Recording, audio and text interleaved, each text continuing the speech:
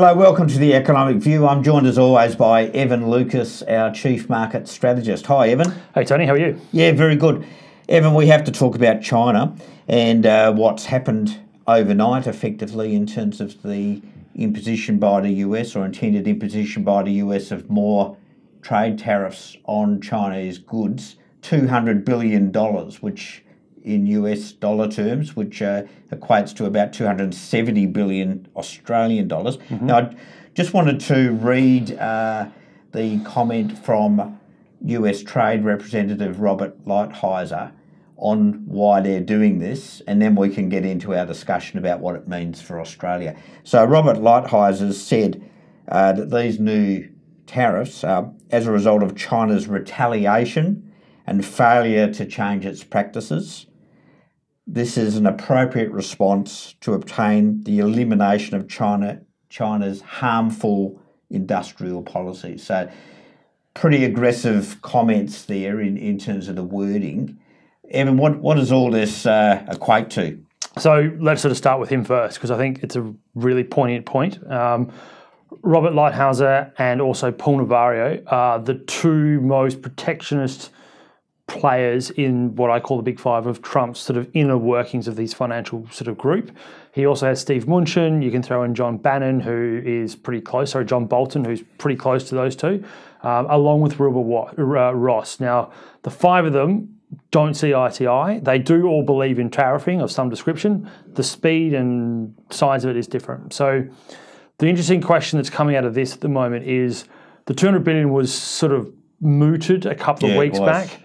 This is actually a listing, and the list is extensive, to say the least. I know you were going through it. I was going through it this morning. It's extensive, to say the least. So it's 205-page report, and only 10 of those are actually a summary. The rest of it is a list. And it is extensive. So the catch to it, and what's been said by basically Lighthizer, the president, also by Navarro, is the argument to China has always been intellectual property and the fiefdom of intellectual property of US numbers. Now, they possibly have a good case for that, and they really could prosecute that idea going forward. This, however, is not that. And what I mean by that is that the other argument has been national security. If you look at that list, it is basically almost everything that the Chinese import to the state. So as of the first 2 quarters of this year, the Chinese have imported $205 billion US dollars compared to the states exporting to China 58. So there's quite a deficit inside of it.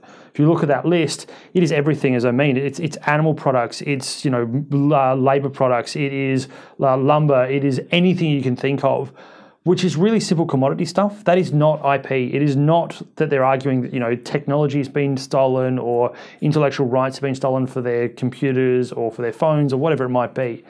This is everything. So this is actually a typical trade war, if you want to use it that way. So it would be ironic if the Chinese, because they have already talked about it, and that's again what happened today, if the Chinese were to take Washington to the World Trade Organization off the back of saying that this actually is a tariff importation, not an intellectual property discussion. So that's the first point that's come out of this morning. It's very hard hitting.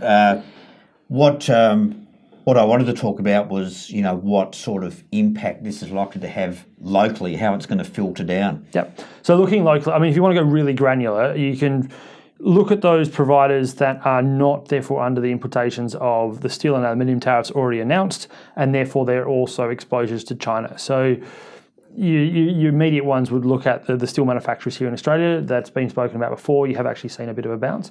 The other side of it is those that export to China that would see the kind of possible slowdown with the products they put there. The miners, I don't think, have too much of a problem. I think actually from an Australian-centric point of view, it's probably actually an okay scenario. You do not want to see a slowdown actually happening on an economic front in China. And the argument is actually that it's not. However, as you said, the reactions are still going to be hard to gauge longer term. Initially, and let's sort of go through what happened initially, charts on screen are just the initial reaction. So you can see the Aussie US dollar here did decline off the back of the release. You'd expect that, considering that the Aussie dollar is a quasi-China trade. You saw the offshore Chinese yuan, so that is the CNH, so that is the renminbi that actually trades out of Hong Kong, also to another multi-month low off the back of it. US 10-year, which is the safe haven asset, as you can see, yield fell away. Not by much in terms of what it sees on the chart, but a 2% decline, a 2 basis point decline is huge in terms of safe haven buying. So that was all there. It shows you very clearly that something that you and I have spoken about many, many times, and I've been talking about it for a long, long time. The biggest single risk to global markets at the moment is the White House, and geopolitical risk is there. So we're talking about China, but Japan and also Europe are clearly there. We've talked about the auto industry and the fact that it's not just the 200 billion we're discussing this morning. It's discussing the fact that there's 800 billion US dollars of either already implemented or proposed tariffs across the globe. So this is just something we're going to have to face. It is a headwind longer term to GDP. It's a headwind to global growth. It's a headwind to trade. It's an artificial inflator of inflation. And that's the other thing, is that inflation has been fairly moderate and it's kept central banks out of the world. Now, they would argue they won't have to move it because obviously they've got an import of tariffing, but it just makes prices more expensive, period. And that means consumption will slow. Let's just talk about how China can move too, because they are a huge holder of US treasuries. Mm-hmm. And if they start to sell off those treasuries, that's going to have a big impact on markets. Yeah, and so this is the next argument, isn't it? Is, remember 2015, the term not trade wars, currency wars. And that's the next word that's been put out there. Some people are using some really quite harsh language. I'm not going to use that, but the Chinese now have seen their local currency devalue quite rapidly, and for a pegged currency, it's dramatic. It is quite huge. It's 3.5% decline since this all started. There is an argument there that the Chinese are doing this deliberately, as you said, selling off US treasuries, but they're also moving their currency this way to offset the impact of these tariffs. So although in the US, Chinese goods will appear more expensive because the tariff's been put on them, if the currency is lower, the buying of Chinese goods from US, it will appear the same.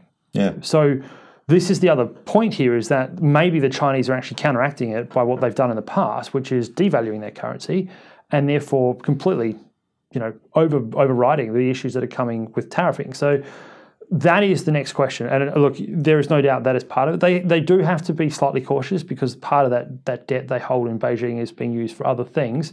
And getting money into China has been a slight problem. So they do have to hold it. But that is the next question, is whether or not trade wars turn into currency wars. Yeah, it could very well do. Yeah. And that will be the 2019-20 theme. All right, Evan, we'll leave it there for today. Thanks, Tony. Thanks for joining us on The Economic View.